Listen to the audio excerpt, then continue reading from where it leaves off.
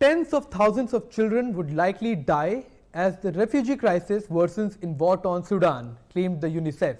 The statement was a cry for help as the humanitarian agencies working in the region come across mounting pressure of increasing number of refugees and rapidly drying aid as it gets diverted to other conflicts around the world. 700,000 children in Sudan are likely to suffer from the worst form of malnutrition this year, including tens of thousands who could die.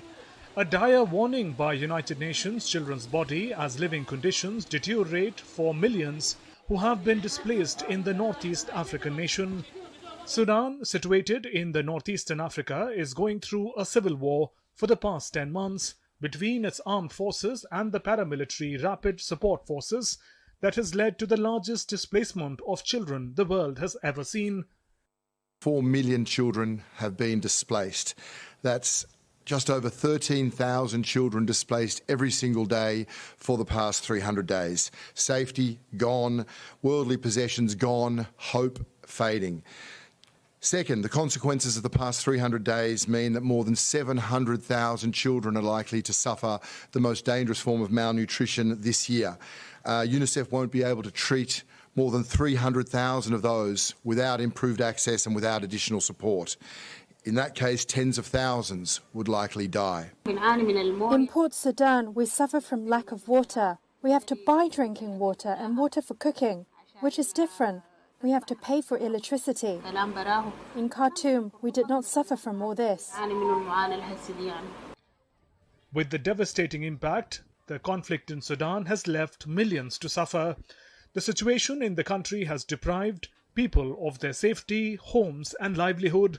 The ongoing crisis has prompted warnings of famine and displaced millions of people inside and outside of the country. This is a war destroying the concept of respect for the laws of war, and that is killing people. This is a war destroying families' ability to fend for themselves and protect themselves, and that is killing people. But this is also a war destroying opportunity, and that destroys a country. The true cost of war isn't measured just in casualties, but also in the loss of intellectual capital. And this war risks condemning Sudan to a future bereft of learning, innovation, progress, and hope. The damaged water supplies and crippled healthcare facilities are leading to a rapid spread of diseases, including cholera, measles, and malaria. 3.5 million children were projected to suffer acute malnutrition, making a child 10 times more likely to die from such diseases. Meanwhile, due to various other ongoing conflicts, the humanitarian agencies have not been able to gather enough funds to save lives in war-torn Sudan. What we see in Sudan is not only the terrible suffering of the people, 19 million children in Sudan unable to return to classrooms, fighting still going on.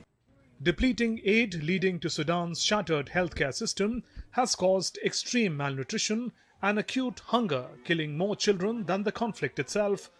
In the grip of massive humanitarian crisis, Sudan is under the impact of political conflict, economic woes and drought that has caused displacement, raging violence and dire food shortages.